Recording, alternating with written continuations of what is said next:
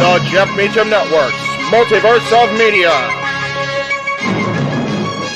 For over 15 years, the recognized symbol of excellence and the standard bearer in coverage of sports and entertainment. We are live once again across the Jeff Meacham Network Multiverse of Media here on this Friday night. Very rare for us to be on live on a Friday, but we're going ahead and go with it because the night one of the WWE Draft ended about a half hour ago over on Fox with SmackDown. Joining me in the studio here, hello, Gabrielle. Good to see you in the chat room. Joining me in studio for this recap of SmackDown. They'll actually be carrying the recap of SmackDown as my signal gets worse and worse here in Arizona with the rain coming in, is the Renegade of Wrestling, JJ Williams, and the He-Man, James Hebert. Good to see both of you gentlemen as, God damn it. I did it too. I'm sorry, Jay. Go ahead. There we go. There he is. If you want me to produce, let me produce. Sorry. I can't help it. Yeah, we had all of a sudden just a massive, like, I'm sitting here watching just random stuff and hear this settle in, and then the rain. I'm like, oh goody, rain on top of force signal in the middle of nowhere. So awesome. So I'm going to hand it over to you gentlemen. Kind of a mixed reaction across social media and especially on YouTube for tonight's draft. So I'm curious what you guys think. I feel the draft picks were what they were, and I think that some people had higher expectations, but I will leave the formalized full opinions to the two of you, and I'll see you guys at the end of the show. If not, tomorrow night open mic night with Match Game. Be back shortly, guys. Thank you very much, boss man. We appreciate that. So, yeah. First thing first, we're not going to be going over every nook and cranny of SmackDown. That's what For the Love of Wrestling is for.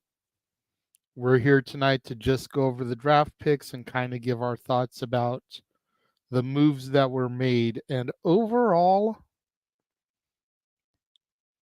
I got to kind of agree with what's being said on social media. I feel like it was kind of uneventful in a lot of ways. I feel like, I don't know, maybe it's just me, but I feel like drafting people that are already on the brand is kind of a useless thing. Yeah. You know what I mean? Yeah, James? it was. No, I get what you mean. Yeah, for me, it was so odd that they drafted people that were already on the show. Maybe the idea was that it's a free landscape and nobody's drafted yet, but they did not really make that explicitly clear enough.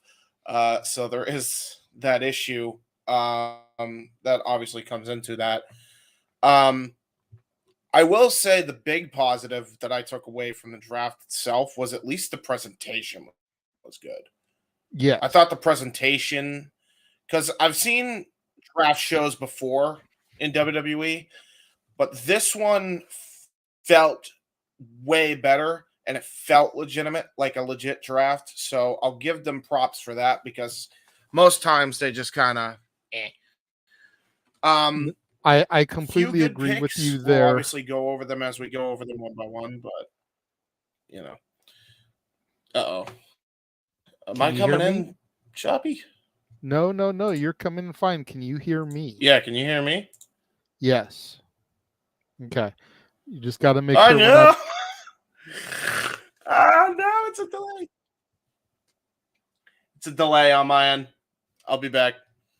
Okay.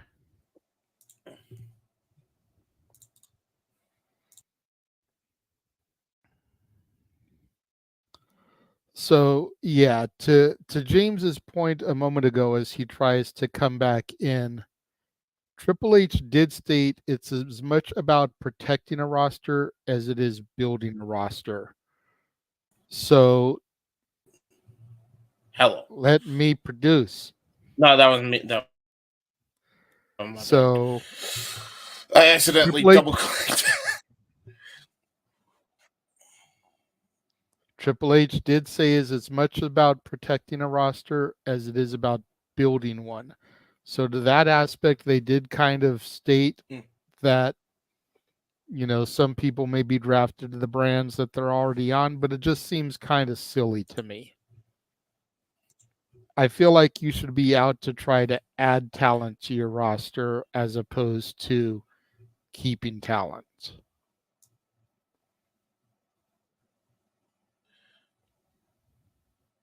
Yeah, I can agree with that. I'm not necessarily for the whole idea of, okay, well, you already had this guy on your brand, but here we go, drafting him again. Um, that was kind of I think the big issue that most people had. But put it this way, this is the way I see it. It's just to set the rosters for the year and hopefully for the next couple of years, because I don't think they should make the draft a yearly thing anyway. And quite honestly, I think, just kind of look at it from that perspective. It's not like the NFL. As much as they wanted to kind of be like the NFL, and obviously the presentation was definitely on point with that. At the end of the day, it's draft. It's just to set the scene for what's going to be the future. It has definitely been a far cry from what WWE television's been kind of producing the last few weeks. So it's definitely a far cry from that. But it's just a draft. Really, I think people want to see who's getting drafted, who's staying on the brand. I think that's the curiosity is. That's all it really comes down to. So, you also had Bubba Ray and Devon as well, and you had all these other legends show up. Theodore Long was like probably my fave, so that was fun. At the end of the day, that's what people are going to be tuning in for too, is just those surprise appearances and obviously the surprise draft picks or their favorites that they like on the brand to stay on the brand that they're on, if that's even a thing anymore. If there's even a brand warfare within the fan bases, which I feel like there hasn't been since like 2005, but that's really all it comes down to. I think, people read into it how they want to read into it. Lackluster, yes. Was it a bad show by any means? I don't think so. I've seen a lot worse. Put it that way. I've seen 10 times worse. So there you go.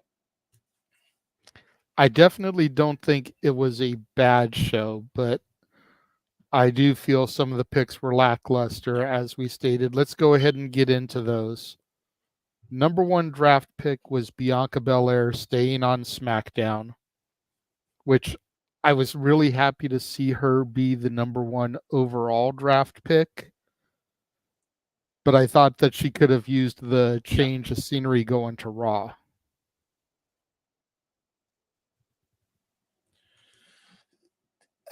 Was she always a SmackDown person?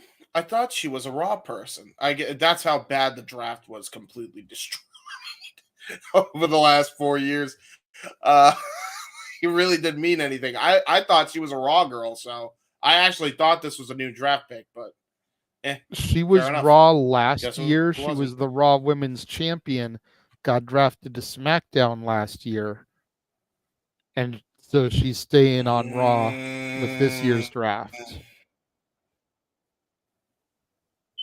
That's where the confusion lied. Okay. Carry on. So then the number 2 draft pick overall was Mr. Yeet. Main event Jey Uso staying on Raw. Again, surprising choice for the number 1 draft pick for Raw. Yeah. Well, he's wearing blue on red. The fuck? It's been like that ever since him and Jimmy split up. Jimmy wears red and he's on SmackDown, and Jey wears blue and he's on Raw. It makes absolutely no sense.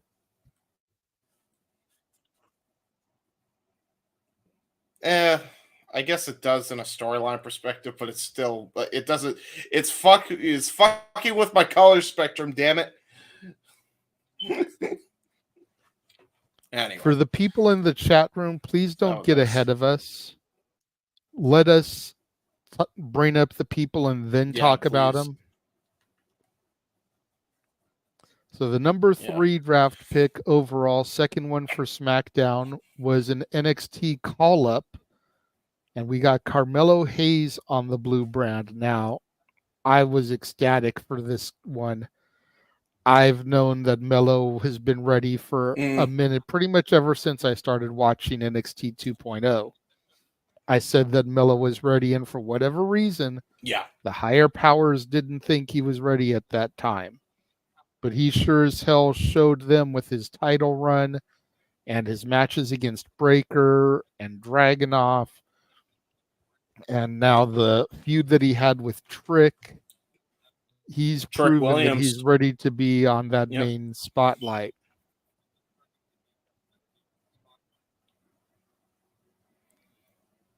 Yeah, I think this was a great pick. It really, I'm shocked he actually ended up on SmackDown and not Raw. I'm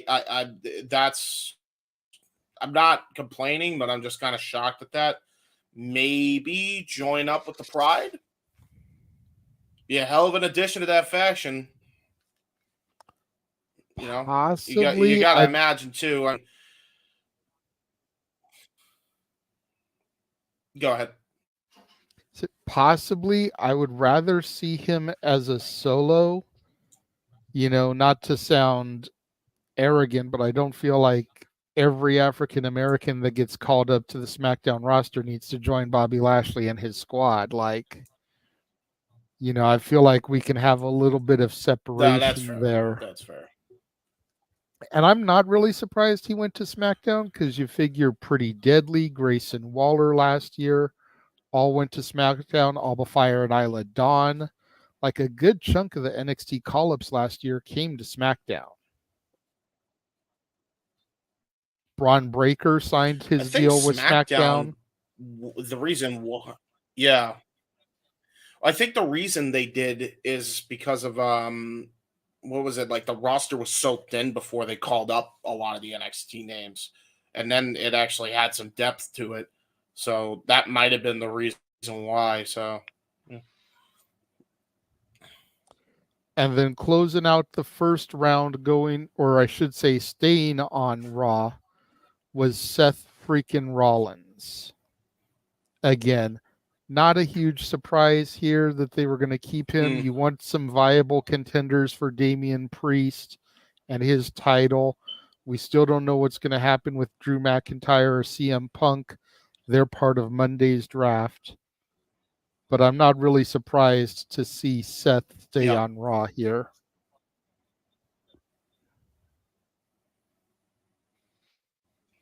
Yeah, I'm not either. I will say Clash at the Castle could be very interesting, because I feel like they're going to have the CM Punk Drew match at Backlash in France. They're going to have Rollins and Priest if Rollins is healed enough. I don't even know if he's, the rumors that were circulating, I don't even know if they're true or not. Although Becky did confirm it herself, so I don't even know if he's cleared to. But that world title scene is very interesting right now on Raw. So yeah, that's what I figured. Yeah, that he went under surgery. So I assume that there's probably going to be a triple threat, or at the very least, whoever wins Drew and Punk is going to be the new number one contender against Priest for the world title. So that will be interesting. But good to see Seth stay on Raw, because there's going to be a lot of history if I think they're going to keep the main stars on both shows the way they're set right now. But we shall see.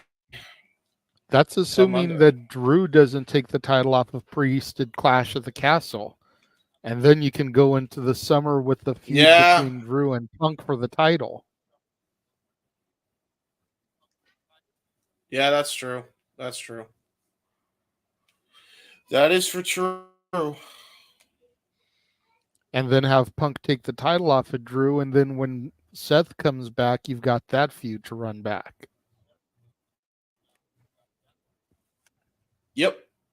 No, you know what? I could see it going either way, and that makes that title scene really interesting to watch because of all the names involved. So exactly, good on WWE for doing that. But yeah, there you go. We then started the second round, and the first pick of the on SmackDown was the Viper, the Apex Predator, the Legend Killer, Randy Orton. No voices in my head. Again, not really a huge surprise here. Yep. The only thing surprising is kind of how late he got picked. You would have expected him to get picked a little bit earlier, but for whatever reason, they held off on him a little bit.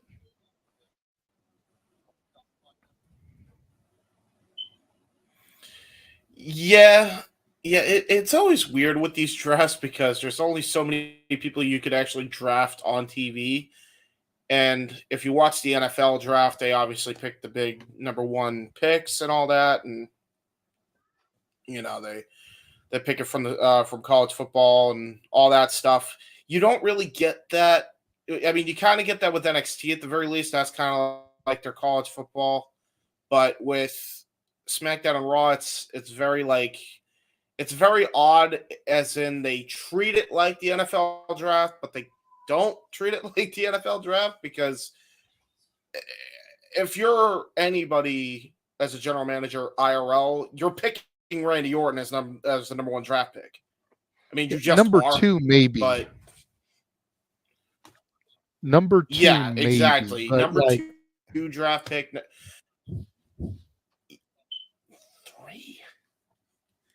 Three for Mr. Keith, Randall Keith Orton. I don't know about that, Chief. well, the third pick for Raw was actually a switch, as Braun Breaker goes from SmackDown to Raw. This, I feel, is a huge coup. Well, that was for the Raw. shortest. Yeah, for sure. I mean, he had the shortest stay on SmackDown in history. I mean, damn. He was there for a cup of coffee, literally. There you go.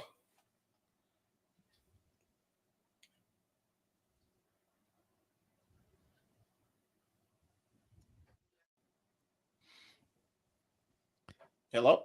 Yeah, I'm here. Sorry, I was typing a private message if you look. But yeah, Braun is going to do big things, I feel, on Raw. I would love to see him in a match against Sheamus. I'd love to see him in some matches against Gunther. I'd love to see him in some matches against Jey Uso and Drew McIntyre. Like, dude is a hefty, athletic dude. And if they want him to be a major player in the main event scene, they need to start putting him in matches against these guys like yesterday.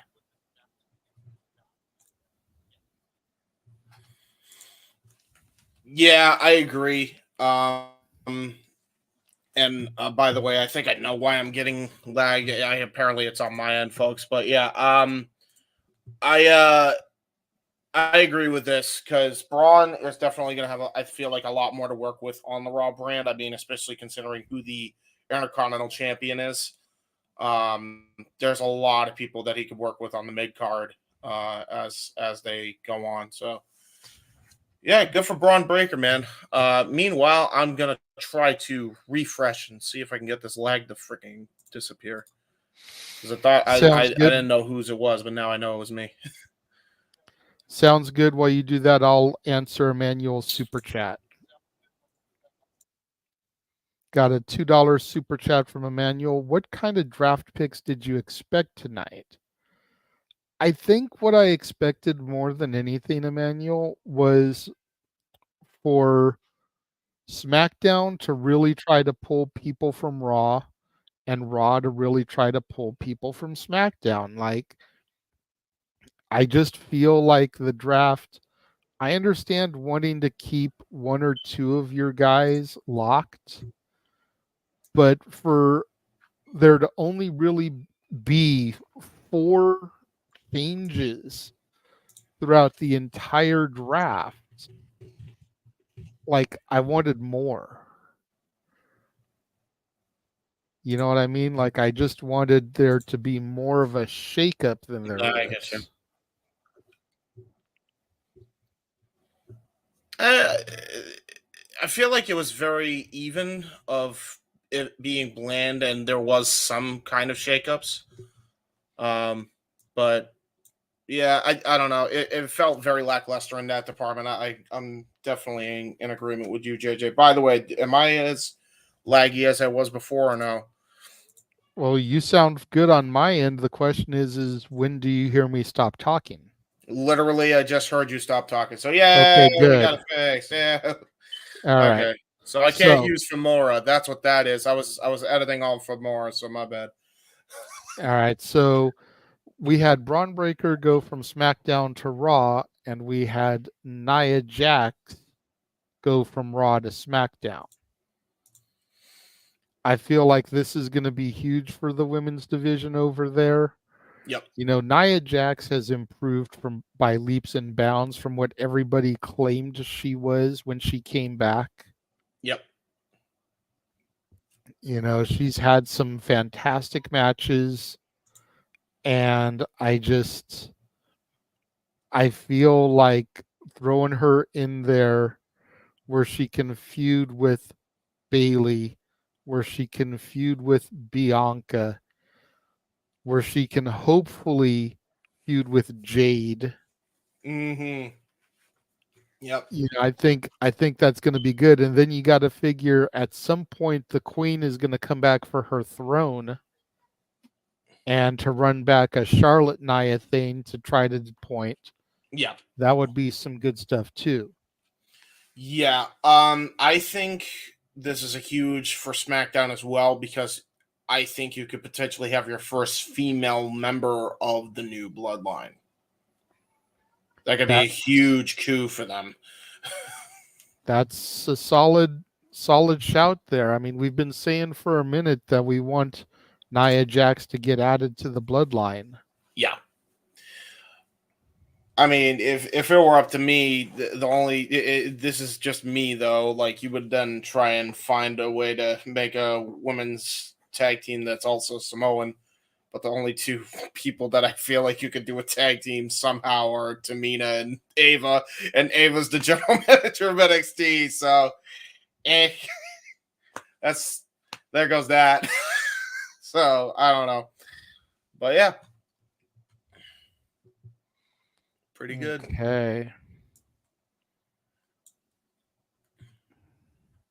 So after Nia, we had staying on Raw to end out round 2, Liv Morgan.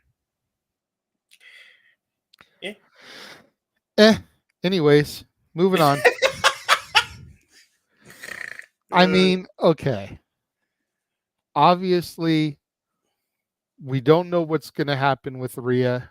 Champions were protected. She's no longer a champion. She could end up moving.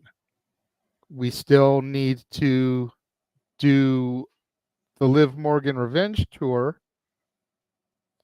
But what are we going to do with them at this point? You know, Liv is kind of in a holding pattern right now.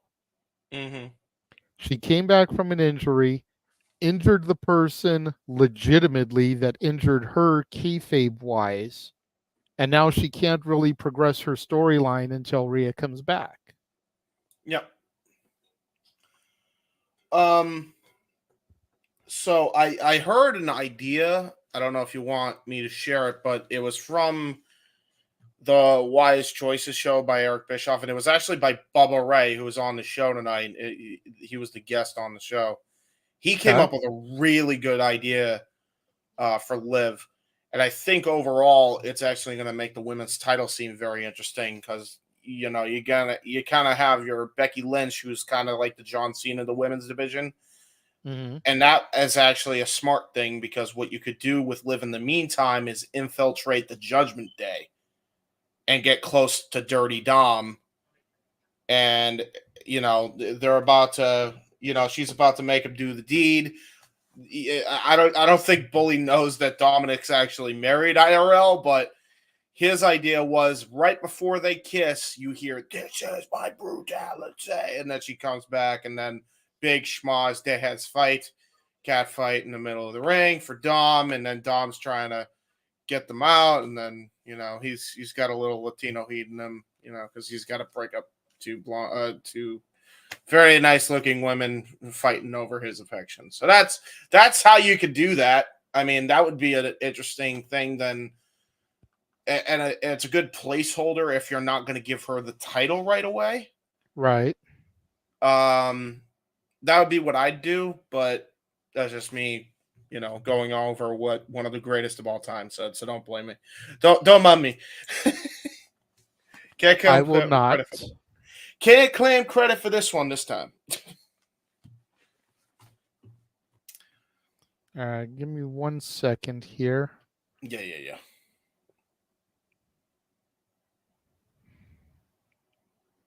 Apologize for the delay here, folks. All right, so kicking off the third round was the megastar himself, staying on SmackDown, Mr. L.A. Knight. Yeah. Not a huge surprise here yet again. I mean, I feel like maybe they're going to keep him there to feud with Logan, Waller, and Theory for right now, because clearly he's not going to the main event picture just yet, even though we all know he's ready. And, how much longer can he waste away in mid-card hell? Right. But just for whatever reason, they want to keep him here right now. And I just feel like with the Cody story and with Orton, with the bloodline, all that stuff going on, LA Knight's going to have a few minutes before he gets there. Yeah. Yeah, it's really odd why they just had him stay, but at the same time it's like he's kind of the face of the brand. So I feel like they kind of did like it, they were trying to make it look like it was a shoot, but I don't know if it was, because keep in mind there was also the war room, so Right. I don't know. But I'm happy about it because I think he's going to thrive more on SmackDown anyway. I feel like I'll be real with you. Even though we call it mid-card hell, I really do feel like Logan Paul versus LA Knight is inevitable, and I feel like he's the one that's going to take the U.S. title off of Logan. I really do. It's possible there, but I think I'd rather see him on Raw, because Raw's kind of like where the main eventers are. That's where the big time guys are. You could end up with LA Knight versus Seth when he comes back, LA Knight versus Punk, LA Knight versus Drew. You could put him in an IC feud with Sammy, LA Knight versus Gunther. I just feel like there's a lot more potential and people that he hasn't had 500 matches with yet if you move him to Raw, as opposed to keeping him swimming with the same fish on SmackDown. Right. No, I can see where you're coming from on that, but I feel like Miz is a baby face now. Why not put LA Knight and the Miz together? Because Awesome Truth is only going to last for so long. That's true. I love them together, but it's only going to last for so long. And then you could have Miz and LA Knight, kind of the babyface version of Theory and Waller. Yeah, and then you could definitely do a Survivor Series brand warfare match, like not this year, but a year later. Yeah, I could see that. I feel like the reason they wouldn't. I feel like the reason they wouldn't do it is because they see LA Knight as a single star, and even if they can't necessarily have him win the WWE and or World Heavyweight Championship, because let's be honest, that main event scene on both shows is a bit tied up right now. I think he has a better chance on actually competing for Cody's title than he does for Damian's title. And And I damn sure think he's the one that's going to take the belt off of Logan Paul after they give him a lengthy reign with it. And quite honestly, as we have seen with this new version of WWE now over the last year and a half, they love them showing long title reigns. So, and I'm glad you mentioned that, because while I'm glad they're starting to do lengthy title reigns, much like I feel about the competition in AEW, not every title reign needs to be a long one. I'm not saying I want to go back to the days where the titles change in hands, every month. But, 2-3 month reign, move it on. You run for a quarter of the year, maybe a third of the year, give them a 4-month reign.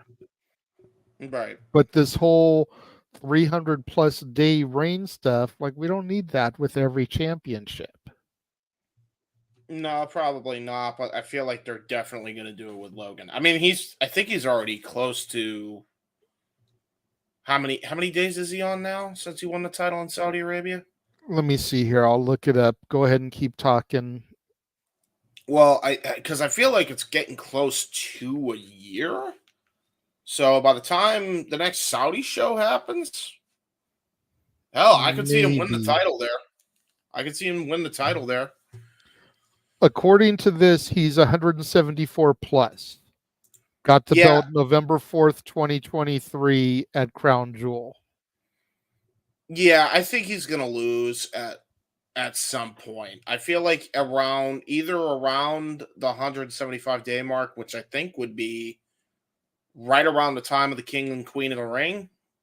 I could definitely see that happening. If not there, then definitely SummerSlam. I feel like that's when LA Knight's going to have his shining moment against Logan. That's when I think he's going to have his big breakout moment. I don't think the U.S. title has the lengthiest of reigns, even in this new iteration of the championships. I think they, obviously you have the Universal title, which lasts a ridiculous amount of time. You had the World Heavyweight title, which lasted probably like third or fourth longest.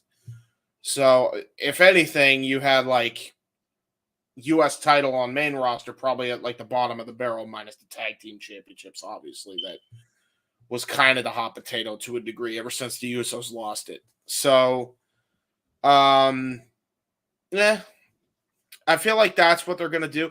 I'm excited for LA Knight to get a solo run no matter what brand he's on, so I just want to see that. That's fair. All right, we did get a super chat from Emmanuel. Are we doing the off-air draft picks? I was actually trying to look up where I could find those, believe it or not. I've got them. Okay, I've got them. I saw what Dattila put in the chat room, and I started trying to get the information, and then I found some images. So that is fair. That is fair. They will look slightly different from what we're presenting here right now because we did these ourselves. But I found the graphics that they put onto Twitter. Right. So I will do those.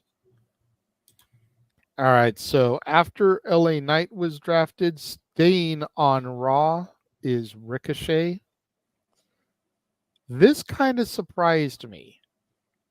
Not that he stayed on Raw per se, but that he was drafted like on the TV. Like I felt there were people that didn't get drafted on air that got drafted in the supplemental that we'll talk about after. Yeah. That deserved to be drafted over Ricochet. No offense to the guy.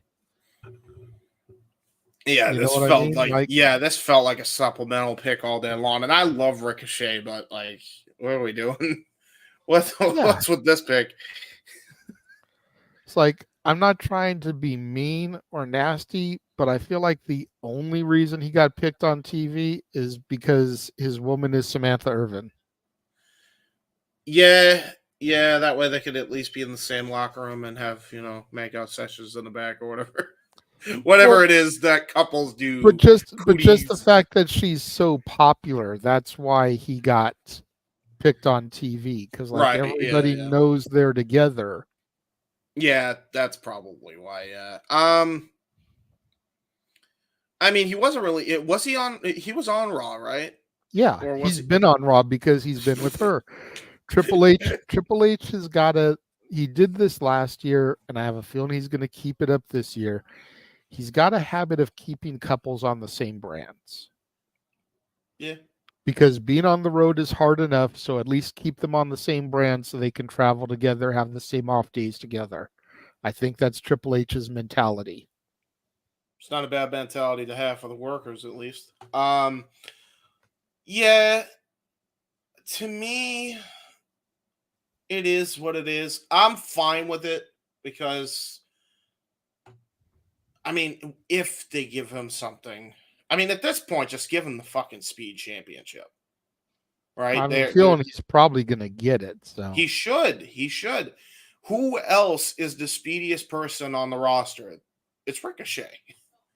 Ricochet is like above and beyond probably one of the faster people on the roster. So I feel like he's definitely the number one guy to get that. Maybe make it kind of a Raw thing. And, you know, obviously you have your little Wednesday night show on X, which is such a weird show, by the way. I don't know. Has anybody seen Speed? I've not seen Speed. I have not, no. Yeah. He's probably going to win that belt, though. And you know what? Good for him. Because Ricochet, he cool. But I wish he would get better gold. So. Give me 1 second here. Yeah, you're Trying fine. to load these other images here. Just so that way I'm ready when it gets to be time. All right. So after Ricochet, yep, staying on SmackDown is the current configuration of the Bloodline. Yep. Tama Tonga, Solo Sikoa, and Paul Heyman. Paul Heyman did make an announcement at the start of the show that Roman Reigns was withdrawing himself from the draft. So when the Bloodline got drafted, Roman was not being drafted with the Bloodline. Mm-hmm. So we'll see what happens with Roman and how that plays into things. Maybe he'll be a free agent. Maybe he'll end up going to Raw. Maybe he'll end up coming back to SmackDown.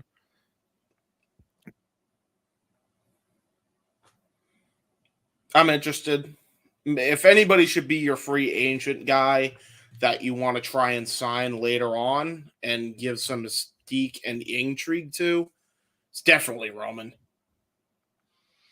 Yeah, I agree. I feel like he's earned that at this point with the reign that he had and the way he carried the company for the last whatever it was, amount of days that he was champion and carried him through the pandemic and everything. Like, I feel like Roman earned that. Despite what people will say about how little he defended the titles. Right.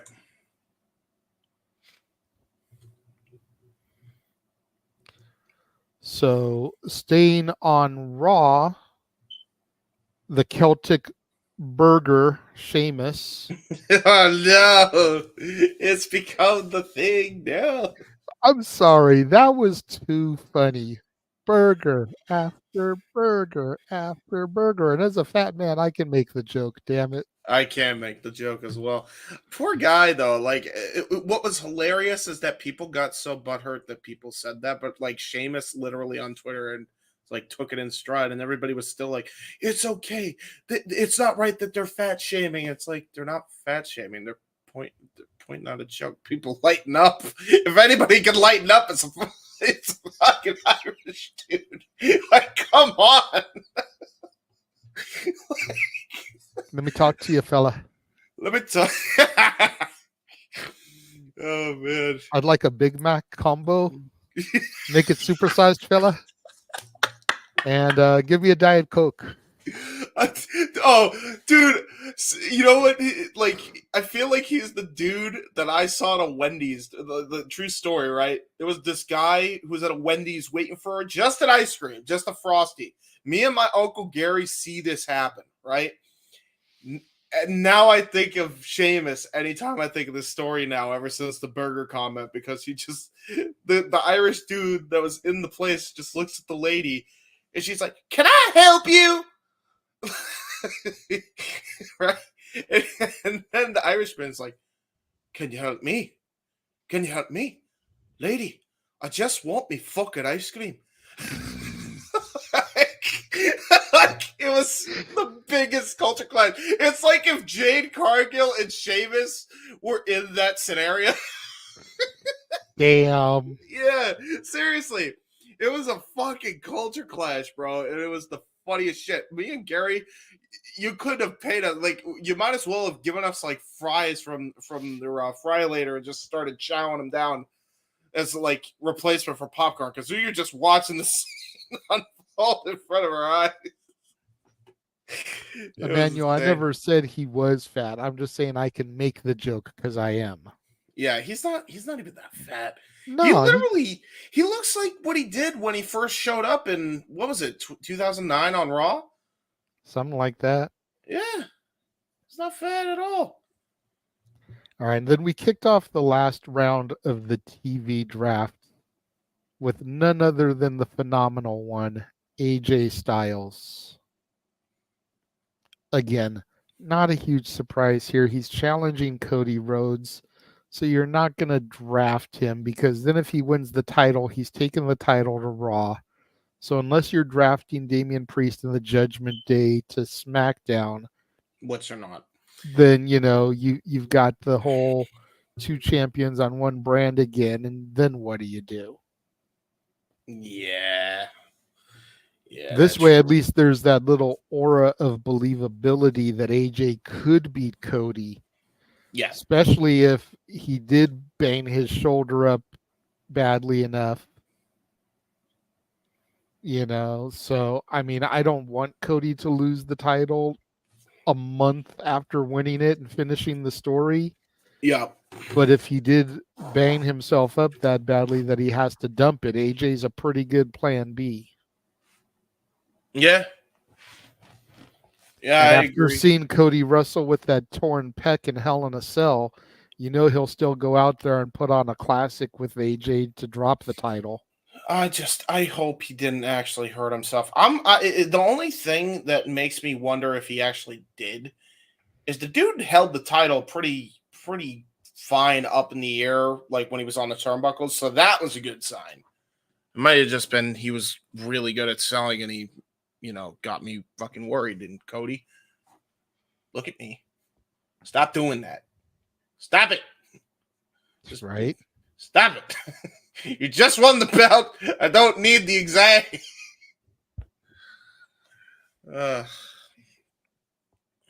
Yeah, I really would. I don't think he did. And the only reason I went back on it is because he lifted his.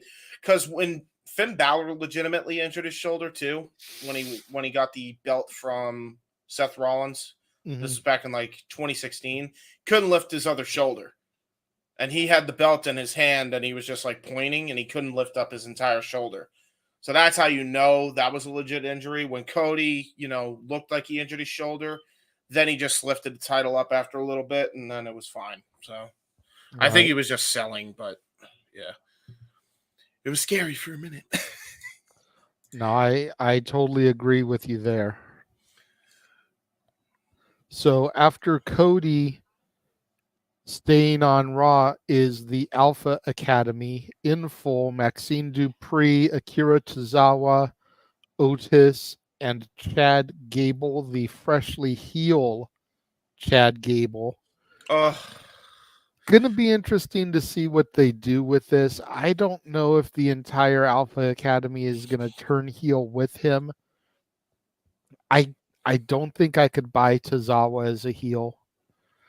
I couldn't buy Maxine in this run that she's been on as a heel. The only one I could buy would be Otis.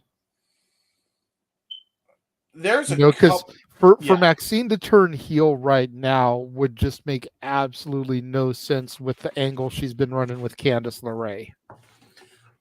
I think that whole thing as well is not able to be done because Otis is too lovable. I here's what I will say that I think might be happening, but this is just fantasy booking James here. Shock. There is rumors that Jason Jordan is cleared, his old American Alpha partner, and there is also a Braun Breaker that just got freshly drafted to Raw. There's also the Creed still lingering around. So he might have the Creeds turn heel on them and then have Jordan and Braun join, and then he creates the American Alpha Academy. AAA, if you will. Interesting. And then you can have Otis bring back another alumni partner. Just an idea. Tucker, Heavy Machinery. I don't know if you know who he is, JJ, but the black and goldites of NXT do. I've heard of Tucker, but I don't know him. I'm not familiar with him. That's fair. That's fair. You could have Otis, Tucker, and not that they'd ever do this, but get Bull Dempsey back too. Bring him into Heavy Machinery. Call him Who? Bullfit. Who? Another guy from the Black and Gold era of NXT. He's a very obscure guy from the Black and Gold era of NXT. But he was kind of Heavy Machinery before Heavy Machinery, put it that way. But it was supposed to be a joke for the crowd, the chat here. They know what I'm talking about. You guys remember Bull Dempsey, right? You guys remember Bull Fit, right? Anyway, there you go. All right. So the next draft pick coming over to SmackDown from Raw, Andrade El Idolo. Definitely agree with what Aaron said on his thing. I think this is to keep the LWO Legado del Fantasma thing going, especially since they showed the video footage that Carlito attacked Dragon Lee. Perhaps Andrade can get slotted into his spot in the LWO. Yeah, I feel like that's definitely the way they're going. I feel like Carlito is going to join Legado del Fantasma, and it's going to be leading to a 4-on-4 match of some sort for a pay-per-view. Carlito on the side of Legado and Andrade on the side of the LWO. And yeah, exactly. Put Selena back with Andrade. It's desperately needed. God damn, is it needed. And then when Charlotte comes back, she sees Charlotte. She sees Zelina with Andrade. She could run some jealousy angle with Zelina. Yeah, that's true. Because we all know Charlotte is better as a heel, anyways. Dude, Charlotte and Selena would be a banger too. That's a match they have not even tapped into, and I would love to see that. Not gonna lie, that would be a hell of a matchup. All right, and the last one that we saw on TV was another NXT call-up. I am so happy for this one. Keana James drafted to Raw. I am telling you right now, this woman is going to have as much of an impact if they book her right as Tiffany Stratton has had on SmackDown. Oh, yeah. Yeah, for sure. I think that she is going to do big things. You know, you figure they can run her versus Chelsea. They can run her versus Indy. They can run her versus Candice. There's 3 great feuds right there for her. And even though she is more of a heel than she is a babyface, that speech that she cut in the Performance Center after she got drafted was definitely not Keana James, the character. That was the woman behind the character. And they can leverage that to start her as a babyface run on the roster. Who, the person, was that her old tag team partner? What do you mean? I'm sorry. I blanked out for a second. I don't know why. That's the thing that confuses me. While I'm happy for Keana James, don't get me wrong. Wasn't she teaming with Izzy Dime? Yeah, Why didn't they? Why is it just her? because And it not was more of Izzy? an apprenticeship than it was a tag team. Okay, that's fair. Well, there you go. And now we got a businesswoman. The modern day $1 million woman. Not even man, but woman. There you go. It'll be fun. Hey, maybe she could get Cameron Grimes back and push him to the moon. Not likely. Yeah, probably not. Love the Sad. thought process there, but not likely. He got released, and I was so sad. I was so sad. Yeah. Oh. I agree with what Matthew says here. This was one of the biggest surprises. Yeah. I don't know if Roxanne is going to get drafted because she's a champion, and they said champions are protected. Yeah. Blair Davenport is definitely a possibility, but we'll have to see what happens on Raw's draft. Yeah, it is odd that I will say I tuned into a few things on NXT. Obviously, I'm not watching weekly still, but I did see like clips. I don't see Blair Davenport hardly ever, but maybe she has been. Maybe I'm just not paying attention enough. But I feel like she needs to be utilized a lot more than she's been utilized. But then again, that roster down there for the women is stacked. So there is that. So I had this conversation with Noah the other night when we were doing the spring break and watch along.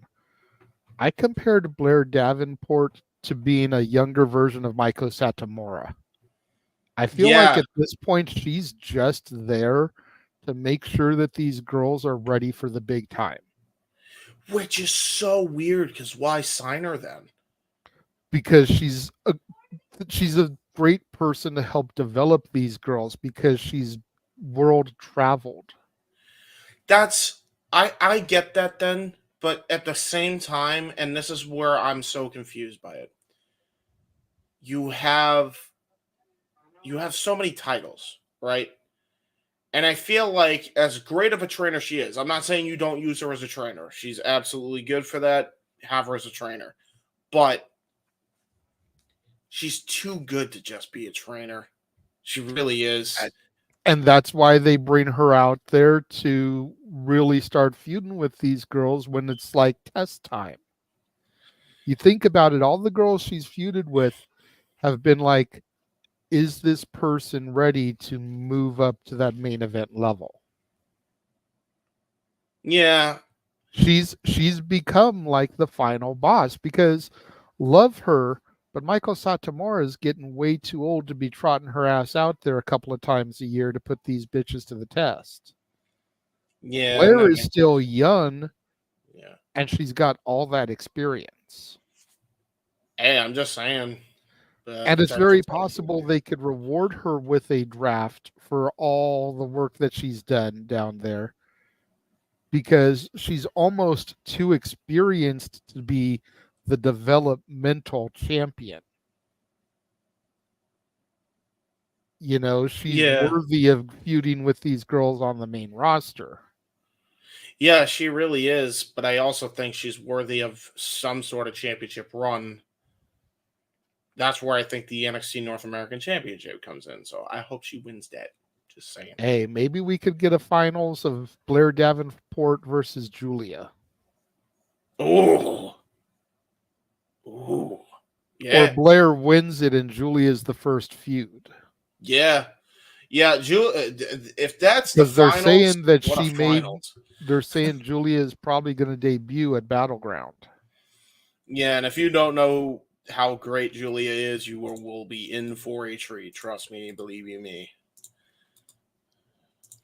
All right, we did get a comment from the boss man here. Just got my connection back. Did y'all discuss the picks announced on Twix?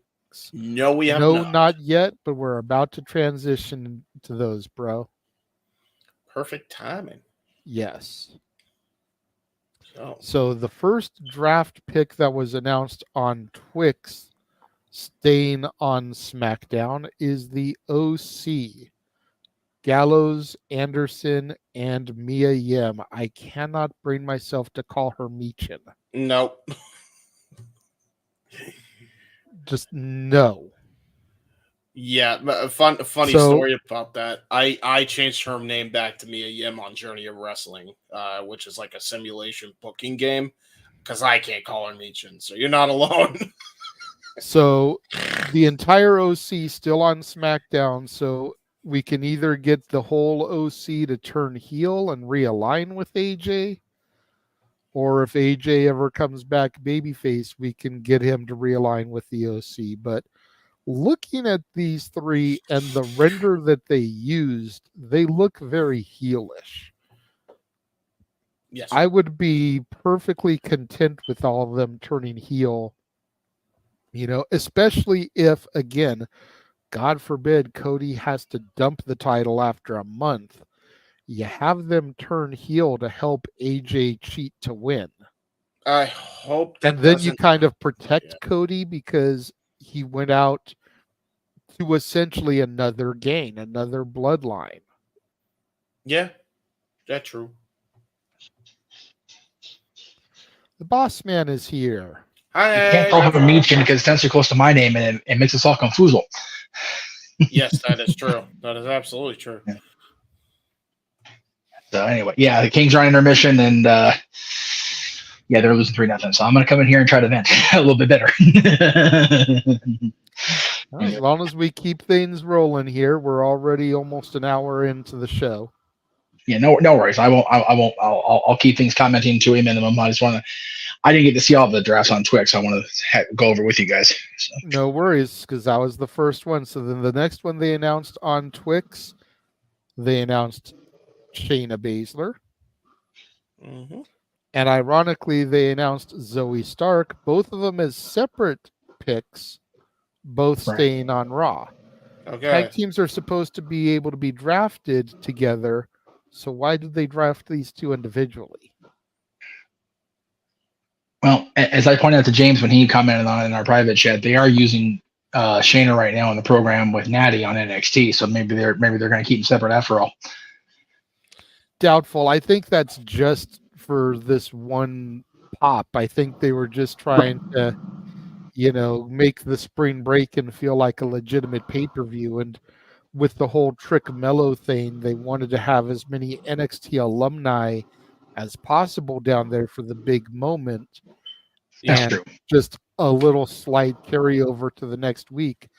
I would almost be willing to bet you that Shayna and the AOP Final Testament whole stable is probably all we're going to get next week as far as main roster down there. So Yeah. once again, to the chat room, please try to keep the conversation on the pictures that are on the screen. If you want us to talk about somebody else, super chat. Simple as that. We know the banner is not there, but you guys know by now, especially the people commenting. We know you know. Well, I do see a new name in the chat that may not know, but other than that, yeah. Yeah, we don't know if he has any relation to Martin Kirby either. Shouts out WCPW. It's fun. But Shayna and Zoe, not really surprised that they stayed on the same brand because they have been a formidable team. Yeah. And we need some formidable teams for what will more than likely be our new WWE Women's Tag Champions come May the 4th. I think the people in France will hear me from Victorville if that goes the way I'm hoping it goes. Right. Yeah, I will say this really quick before you go on to the next pick. If the WrestleMania rumors are true, that means WrestleMania Sunday will be on May 4th. Damn, that's going to be a busy weekend. Right. My God. For next year, folks. Next year. Overload. All right. Then the second round that was posted on socials. Yes. This one, I'm not really sure if they're being moved from Raw to SmackDown or if they're staying on SmackDown, because I can't tell you, aside from Cedric getting squashed by Braun tonight, when the last time either of these two motherfuckers was on television. It was Cedric getting squashed by Braun on SmackDown. Like I said, aside Yeah. from Cedric getting squashed by Braun on SmackDown tonight, I couldn't tell you when either of these guys were on TV last. No, I'm saying Cedric was on SmackDown. It was either Cedric or somebody else for one of Braun's matches on SmackDown prior to the draft tonight. He got squashed by Braun before, so it's like it, then that's how bad it was. Yeah, it was. Cedric's been freaking jobber status, and it's just stupid. Like I could have sworn I thought Ashante got released. I really do. So there you go. Well, to be fair, they have had some pretty decent matches from what I've seen, so they're a good tag team.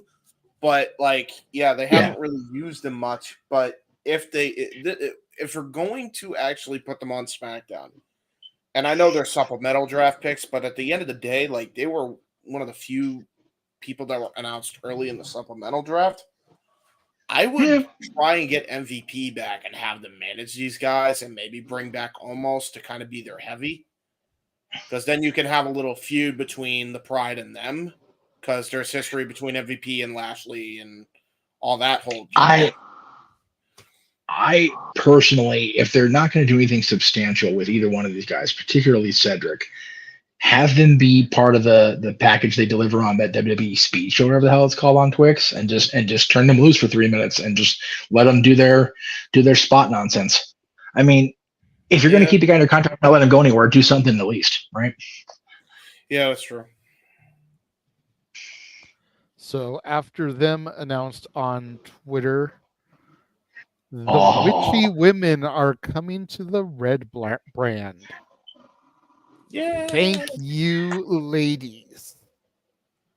I would love. Can I just get these two versus Candice and Indy and just let these two beat the piss out of the Poison Pixie? Can I make that happen for Monday night, please? Isla Dawn on Netflix.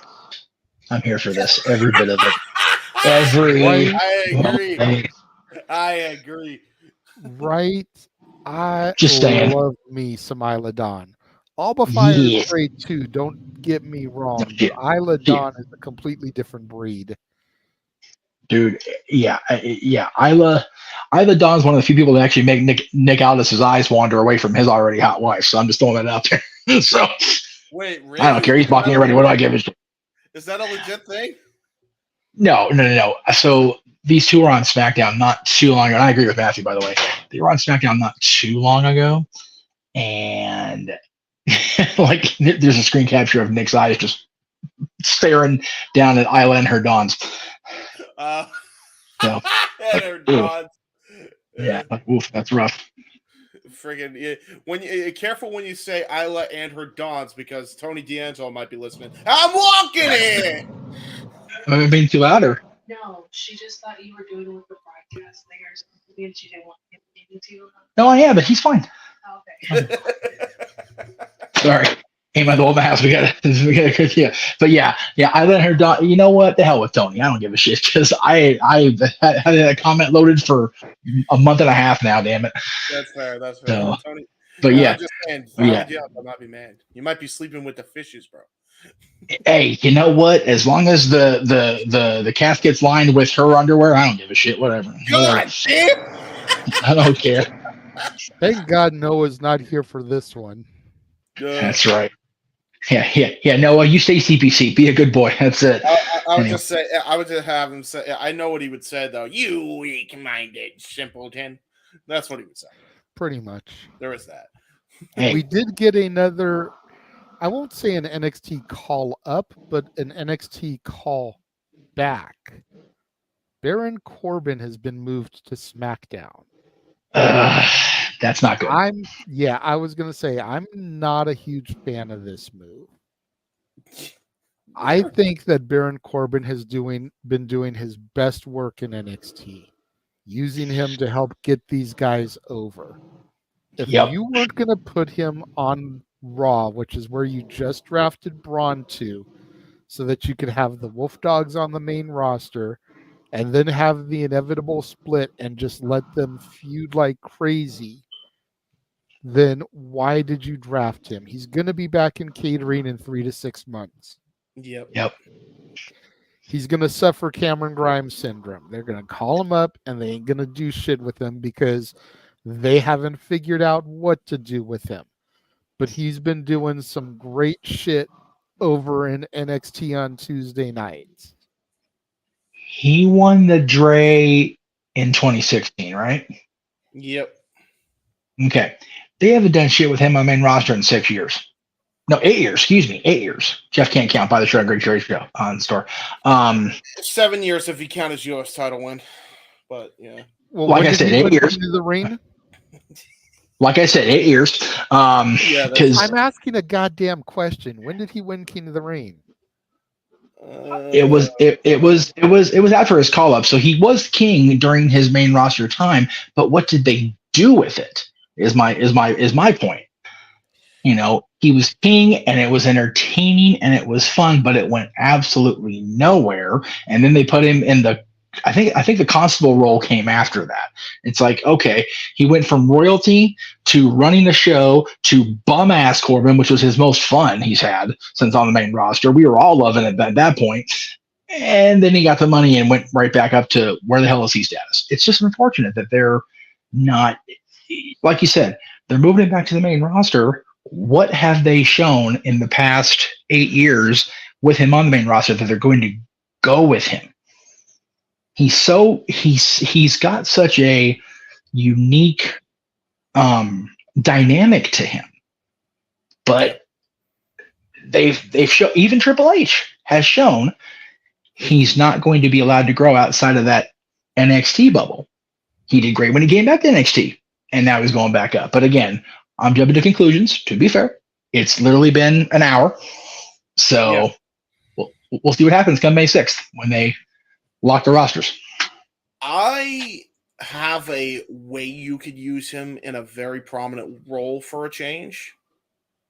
If you're going to draft him on SmackDown, there's one place you could put him that would actually give him a shot at one of the prestigious titles on SmackDown. Because let's be honest, U.S. title is actually gaining some traction with Logan as the champion. Whether you want to admit it or not is your own conclusion. No, it is. No, you're absolutely right.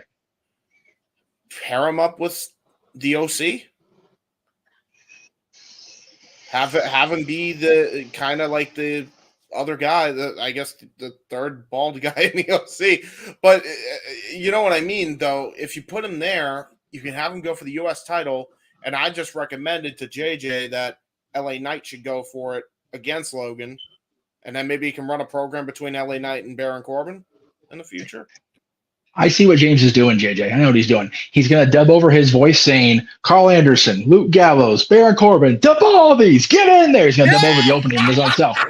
See? Yes. Yes. You know what? Now I want this, damn it. Book it. Book it, Hunter. Book the Baldies. Book the Baldies to dominate. You know what? Have AJ go bald too. Do it. That's right. Go full, James is like, okay. Okay. James is like dub over opening, exorcise one part of opening that Jeff already, and we're good. Okay. Yeah. Anyway. Yeah. I got to do it for open mic night, though. Otherwise, it don't count. Well, yeah, that's the whole point. Anyway. Yes, sir. All right, Jay. Who's next? I'm sorry. So the answer to my question was he won King of the Ring in 2019. Yes. Yes. I couldn't look it up because I'm on my phone. That's why I couldn't look it up. But yeah. Yeah, and figure the bum ass Corbin thing ended right after SummerSlam 2021. Yeah. So he went from King Corbin to losing the crown and really going into that bum ass spiral downward, which I thought was funny. That was to getting, to winning the money in Vegas where we were all at for SummerSlam 2021. And then it's like he continually felt like a fish flopping on the pier, waiting for somebody to catch him and do something with him. It's very frustrating. And the last draft pick announced on social, staying on Raw as a solo act because Valhalla is pregnant and Eric is still out with injury. Ivar. He's been doing great. I saw some of the matches he's had lately. Good for Ivar, man. He's agree. really showing out. I agree. I like some of the stuff he's done. He's another one because he's fighting Obafemi on night 2 of Spring Break in this coming Tuesday. So Good for him. that should be a freaking clash right there. That's just that classic big meaty men slapping meat thing right there. But it's NXT, so it's going to be more interesting. Right. So if they released Veer, does that mean they're going to give Eric the Eric is coming gimmick since Valhalla's pregnant again? Oh no. No. Just curious. Just wondering. Well, I mean, if they're gonna do that, then they need to have the Viking equivalent. Get Big Damo. Oh no! Damo back.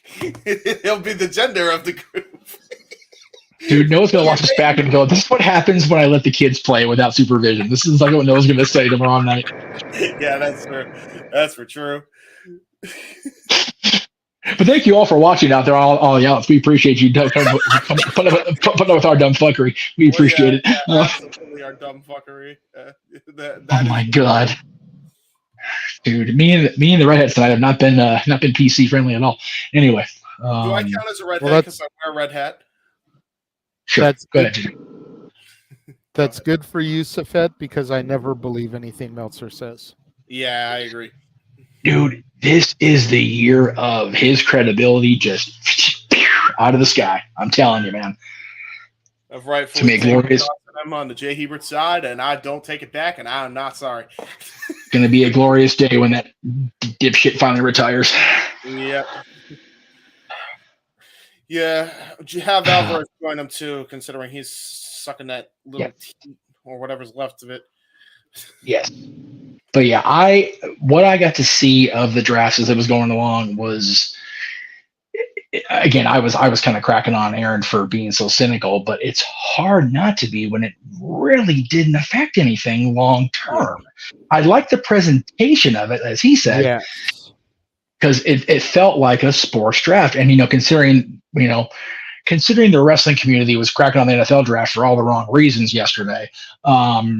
It's kind of funny that WWE presents a similar style draft, and they're having similar, not struggles with presentation, just struggles with the moving and shaking, because there was no real shakeup. Like, they had 2 NXT call-ups announced on television. Like, yeah, okay, yeah.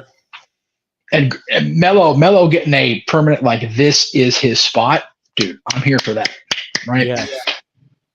And as you guys said, Keana was a surprise, but I'm here for that too. JJ and I have both been pretty high on Keana for a minute. So yeah, I wasn't really that surprised about her though. That's the thing, is like, she, ever since she started taking Izzy Dame under her wing, she's kind of scaled back a little bit in how much she's been used. And I kind of thought something was up because she was always very prominently featured.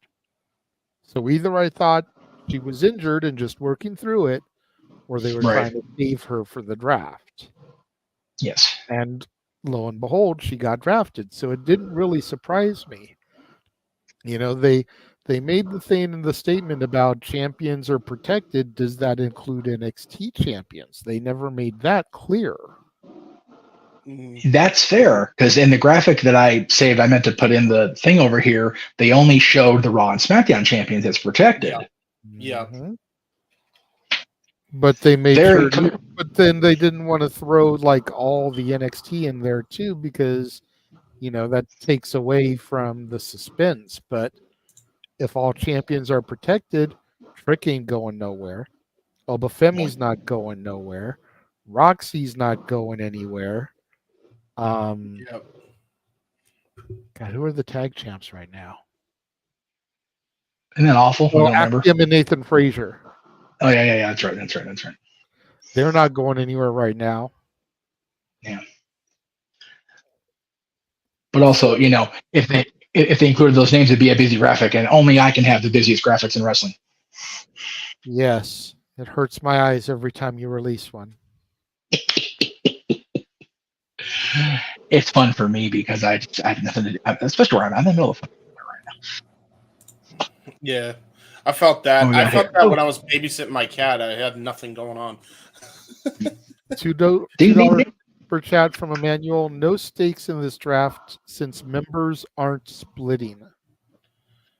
There was a couple splits, but yeah. Well, But not really. but well, yeah, Even well, though yeah. they drafted Shaina and Zoe separately, they're still staying together.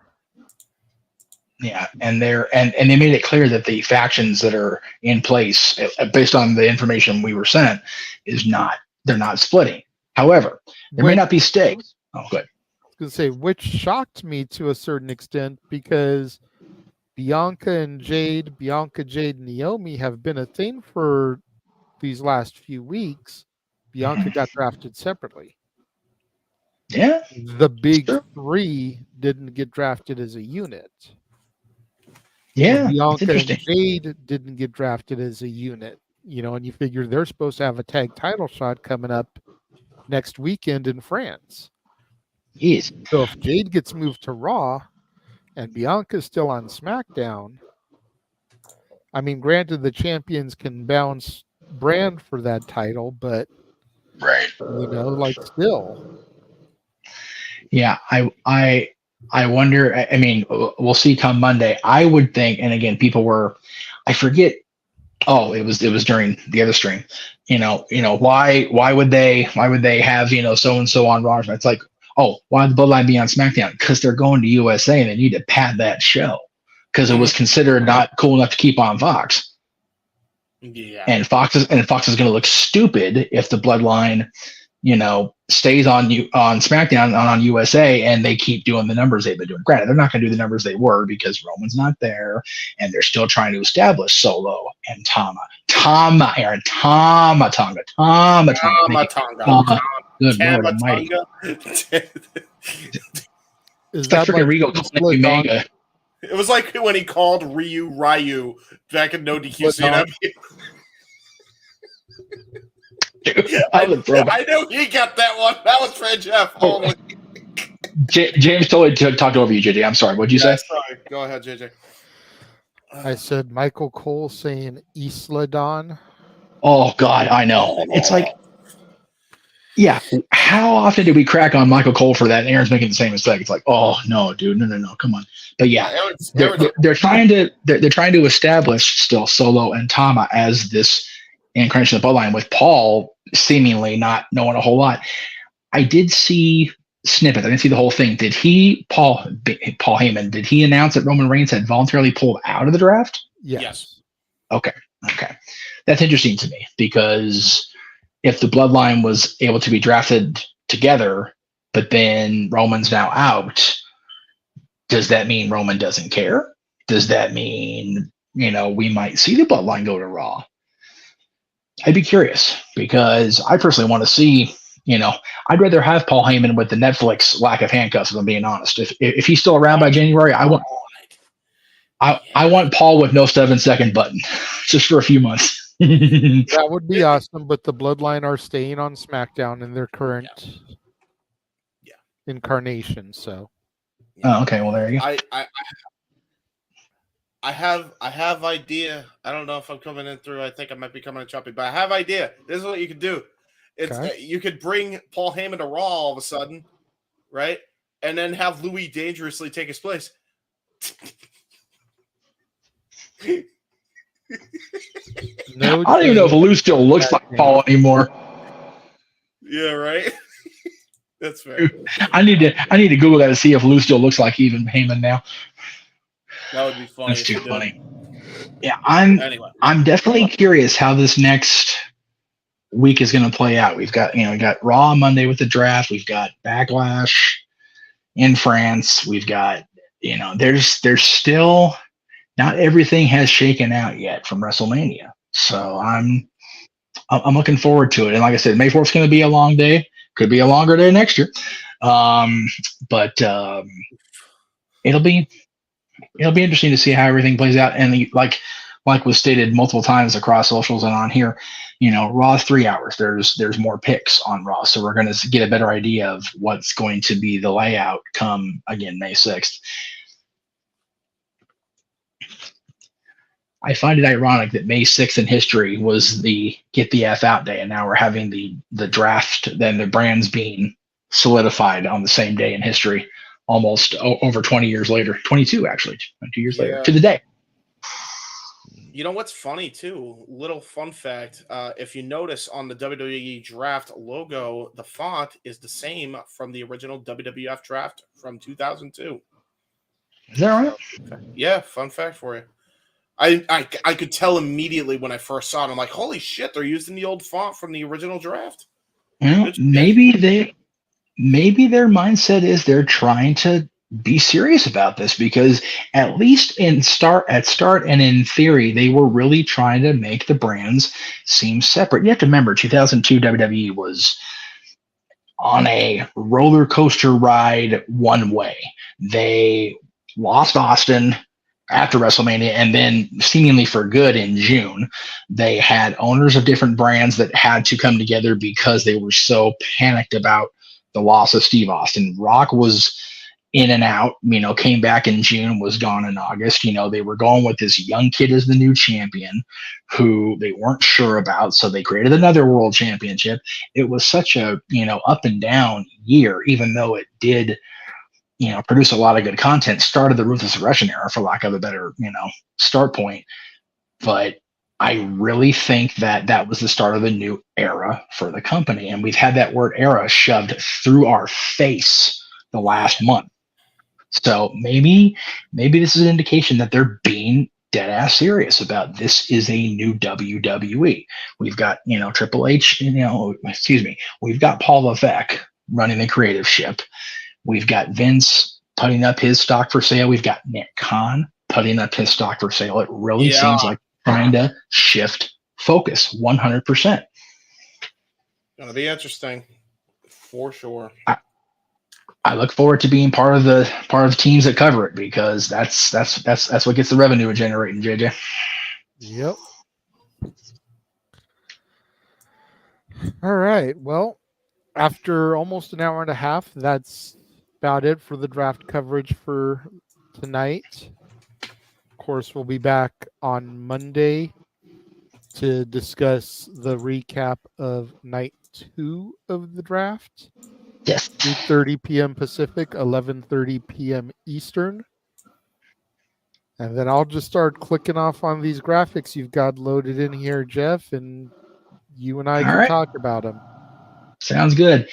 So yeah, I actually did talk to, for the record, I did talk to Jenna about possibly being on Match Game tomorrow, but she is prepping for this redonkulous road trip that you see in front of you, because starting next Thursday, Paradise Kitty will be with the Iron Maidens and the Heartland of America, going through Kentucky, Ohio, Illinois, Minnesota, Indiana, and all the majors in between. They're going to be all throughout the Heartland of America, the Midwest, if you will. But they're going to be rocking out to the Guns N' Roses tunes and the Iron Maiden tunes with their fabulous female friends, the Iron Maidens. So if you're in these areas, or go to ParadiseKittyBand.com and check out where they're going to be, get out and see them. Trying to get JJ out to see him, it's just money and travel are a muckerfuther, even in SoCal. So as soon as they get back in town, we're going to get you out to a kitty show, man, because they are just awesome. Yeah, we would run the trailer for it, but we got copyright pinned like a muckerfuther yesterday because, they had to use the legitimate version of You Could Be Mine in their trailer. So that was my bad for creating the trailer and putting it on there, because it was in. You made it. Okay. What happened was, and no, I'm not lying. No. So God bless Jenna. God bless Jenna. She put that video on Facebook Reels and Instagram story and everything, but it was in like column form. It had you saw it. It was like 80s out, like the kind of like you did with the TV snow on your old trailers that you did back in the day. Same basic principle. But I figured, okay, it's all I have to do is crop it out, and it looks like an old 80s video cassette. I just put their website and the QR code so you could go to the website. Yeah, I thought Jenna talking over it would drown out the music. It didn't. So sorry about that to everybody who's on the channel. I had to go through and change your copyright status. My bad. I just figured it would look cool. You might want to double check, James, because you were broadcasted on last night too. So if you didn't already notice it. Oh shoot. Okay. I mean, my whole thing is copyright claim does shit anyway because of my theme edit, so I'm not That's really fair. too worried about that. Yeah. But Well, yeah, to Noah when you watch this back, to Greg when you watch this back, I think that's everybody. Yeah, just hit mute. Say yourself a bullshit. Because we ran that commercial like 6 times yesterday. I know. I'm like, why did I get being so much? Oh wait, because there was only a minute, but you had like 12 commercial breaks yesterday. Damn NFL. It's okay. So you know what? It's all Tony Khan's fault. We're just gonna blame Tony. Okay. Tony Khan had 1 pick yesterday with his brace wearing ass at the NFL draft, still turning like this, like he has full mobility. That dude just needs to have a shot collar inside that neck brace. One for his vocal cords and one for his tweeting fingers. Stop it. Anyway, we'll talk about that tomorrow. Yeah. Wait. Maybe. Who's vocal cords? We were only going to talk about AEW and all those shenanigans if we get super chatted. That's fair. Okay, well, super chat, folks, because you want to hear what I have to say about Tony this time. Anyway, I'm more. By the way, I'm more pissed off of what they did with Swerve Strickland. But anyway, I digress. Anyway, yes. Speaking of tomorrow, oh, so happy. Open mic night, game night is back with a repeat of match game. Our current reigning and defending game show night champion, Greg Cherry, will be defending his title against the man he took it from, Emmanuel Dominguez. Yes. Still trying to make sure we've got the entire panel lined up for tomorrow. We've got 5 out of the 6 confirmed. Yes. And at least 4 of those 6, and at least 4 of those 6 are reliable. Yes, that's fair. One of those 4 is Mr. Reliable. Yes. So. Yes. We'll run a 5-man panel if we have to. Hopefully we'll get the 6th person. If we've got to run a 4-man panel, we'll do it. Greg Cherry, the second winningest of different championships in the history of the WWE Draft Media, behind me. You just need to get on and win a game show night championship. Well, if I got to host the market for what do you want me to do? You're not hosting Jeopardy, are you? Oh, that's valid. And both of them have said they're not good. Oh, you know what? Well, I can't play next week either though, because you already gave me half the questions. Hold on, I'm gonna do the chant just in case it may age poorly, but Grand Slam Meacham. Oh no. Well, I mean, I'm already the Triple Crown champion on the Great Cherry brand, and I haven't won here yet because again, I can't win this week because I'm hosting.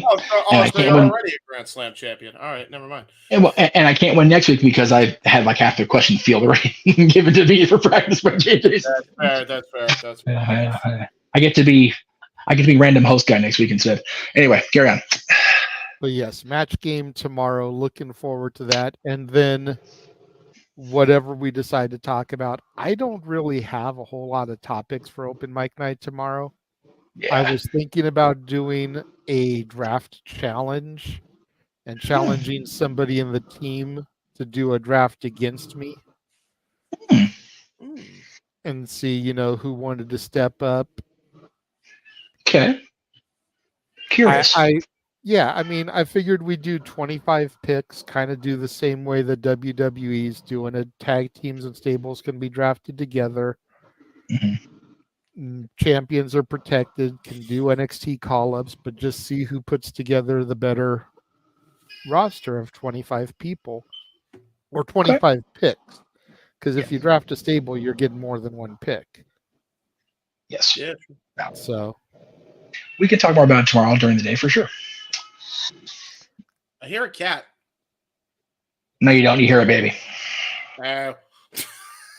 Well, Jeff, if you don't get to talk about it on open mic night, apparently you can muse about it on Sunday.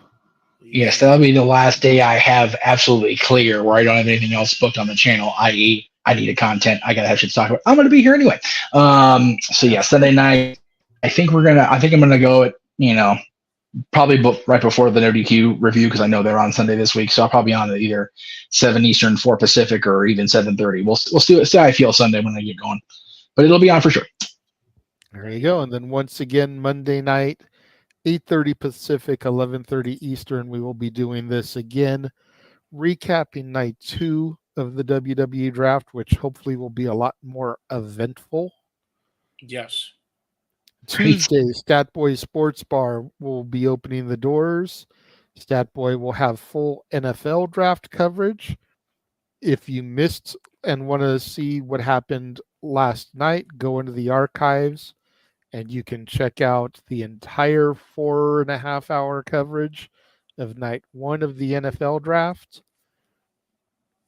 I was a busy boy trying to screen cap shit and get pictures up as best as I could, and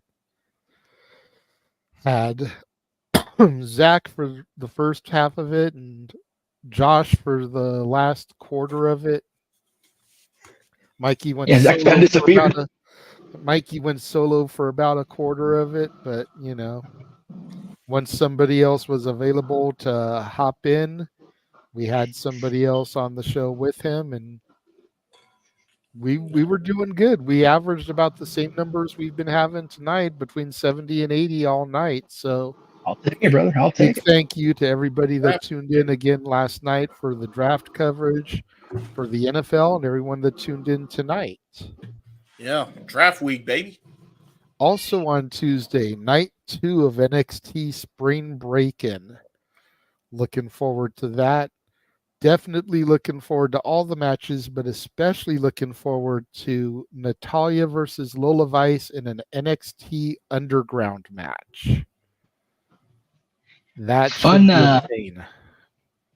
Fun fact about your girl: this week, today in history, Tyson and Harry won the tag titles on Raw. Yesterday in history, she made her debut against Cherry on SmackDown. Yep.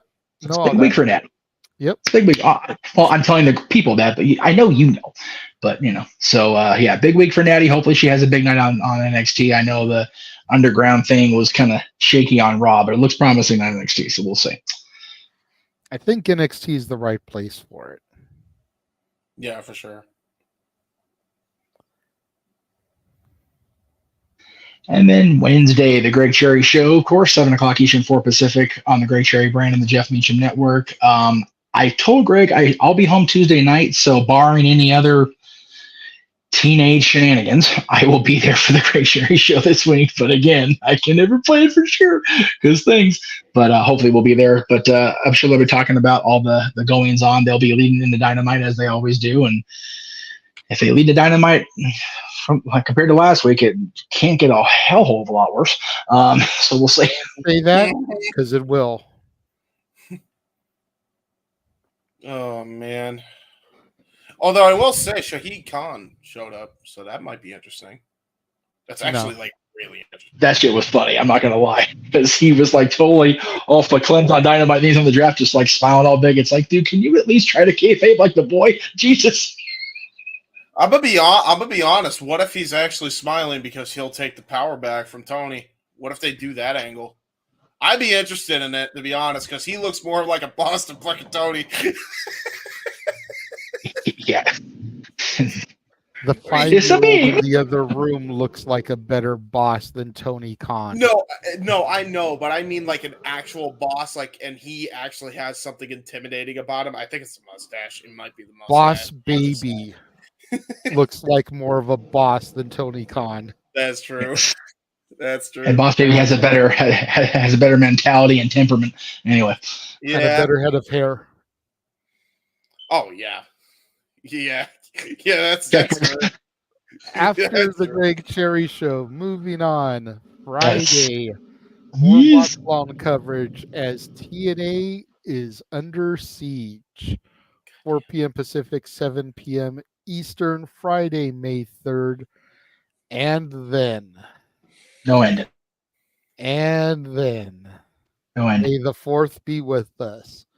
Coverage beginning at 9 a.m. Pacific, noon Eastern, Saturday, May the 4th, for WWE Backlash live from France. Then immediately following, Jeff will be doing the No DQ recap because Boss Man Rift will be at a wedding. He will be, yes. So Jeff will be doing all of that. I will be, yes. And not only that, I'll be co-streaming on this channel. That way, we make sure we get as many super chats as possible. There we go. And then we have a retro double feature. Yes. Discussing Very much the looking Star Wars saga. First up, looking forward to. Sorry, go ahead, Jay. I'm sorry. Go ahead. First up at 5 p.m. Pacific, 8 p.m. Eastern, the show that brought us back to the Dad's Not Always On Wrestling as we rank the Star Wars saga.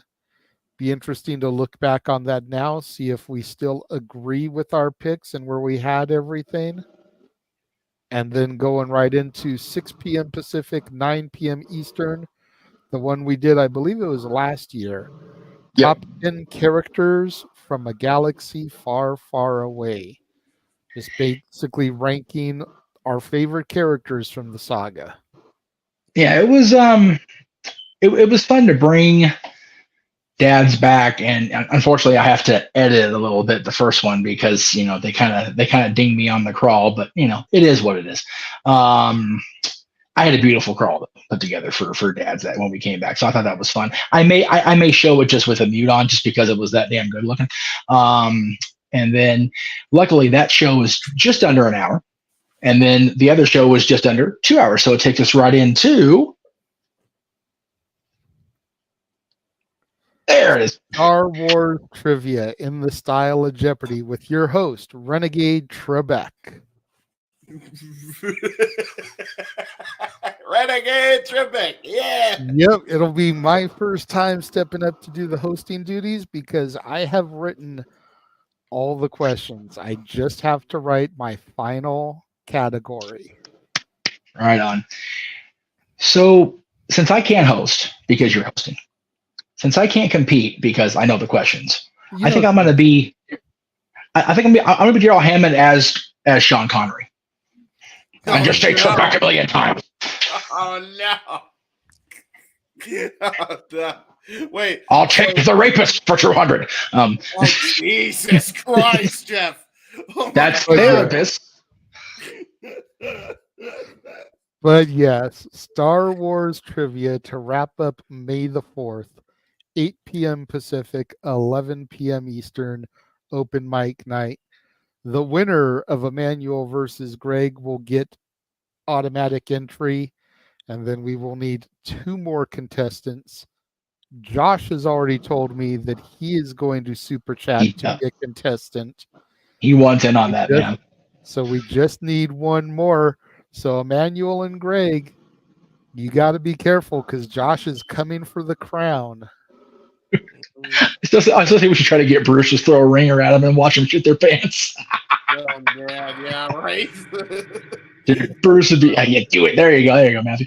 Well, Emmanuel, you've got a little over a week. Watch the movies. Yes. Because with the exception, I'm going to give this out, and I'll give it tomorrow on Match Game 2. With the exception of 1 category, which is all about The Mandalorian. It's actually called The Mandalorian. Everything else comes from the 11 movies that have been released. The 9 movies in the Skywalker saga, Rogue One. I don't really think I've touched Solo, but thank you for that. Yeah, to be honest. But those 10 movies have questions concerning them. You say you need 1 more category? I already know what it's going to be. I just need to write it. Okay. I was going to say we can talk off air about that 1 category that may help Manuel, but we'll talk off air. You have 8 days from tonight. Valid. To watch 10 movies. And you know, on May the 4th, TBS or TNT or USA or one of those fucking channels is going to be doing a goddamn marathon. And all of them can be found on Disney Plus. Mhm. Yep. So you got I know. I'm time to binging them right watch now. Yep. Take no notes. excuses. And you also have And hell, YouTube videos. if you binge them now, they'll be fresh in your mind come next Saturday. Yep. Yes, indeed. And there's YouTube videos if you don't understand every little thing. They can That's right. explain it for you. But then the YouTube videos go longer than the movies. Sometimes true. they do, yes. And then stepping out of a galaxy far, far away and stepping into Hawthorne, California. Yes. Friday, May 10th, the dads will be back to do the top 10 Beach Boys songs. Because the next day, Saturday, May 11th, will be the 60th anniversary of their first #1 hit, I Get Around. Yeah. So that's going to be a fun one to go back into the archives and see what Jeff and I come up with. Yeah. Those boys were saying yeah on their songs before LA Knight was even saying it on TV. So there you go. True that. And that song. Mm-hmm. Ladies and gentlemen, you can find me on the YouTubes at youtube.com/user/jhebertside95, or you can follow me on Twitter at jhebertside95, or on Facebook at James Heban Hebert. I do really dumb things on the internet. You guys can check out the J Hebert Side of Things, episode 18. This is going to be a crazy episode because it's just basically one of those hodgepodge ones. I covered the Swerve not being prominently featured on Dynamite, and I don't care if he's showing up on Collision. It's stupid that they ever had him on a meaningless match. That's not how you show your first champion in his first appearance after winning the goddamn title, Tony. God damn it. So I talk about that, and I also have, JJ, I have JJ's video playing to kind of go over my thoughts. So a little corporate synergy, and that way you can check out his video after you check out my video. So there you go there. I also talk about UFC 300 and that crazy goddamn knockout. I mean, holy hell. Definitely go check it out if you haven't already. And then I also cover the TikTok ban that could be impending in the US and the implications of that, which I don't think it's great that TikTok is getting banned for the Americans of the world just because, freedom and all that, even though I think TikTok is just bad, but we should have that freedom to download that toxic waste. So there you go. That's my thoughts on that. But yeah, if you want to hear more in depth of that, I'll be talking about it there. And also, WWE 2K games banning modifications on community creations. That's been a controversy thing. I believe the biggest creator on there that was doing a lot of modding tools, and I think he uploaded my faction stuff on community creation, somehow bypassed that. He got the ban hammer permanent, so all of his content got wiped. And 2K was like, nah, you can't do that. And the community were kind of like, okay, so you ban this, and then what about what else are you gonna ban? And now they just figured out, apparently there was like a whole list of shit. So we cover it on there. Go check it out if you haven't already. There may be a follow-up to it on the next J Hebert side of things, but the initial story being covered on a J Hebert side. So go check out that episode. It's gonna be a big one this week. So yeah, there you go. Sounds good. Oh, and that will be Saturday, by the way, 12 o'clock p.m. EST. That episode of the J Hebert side. Okay, cool. So there you go.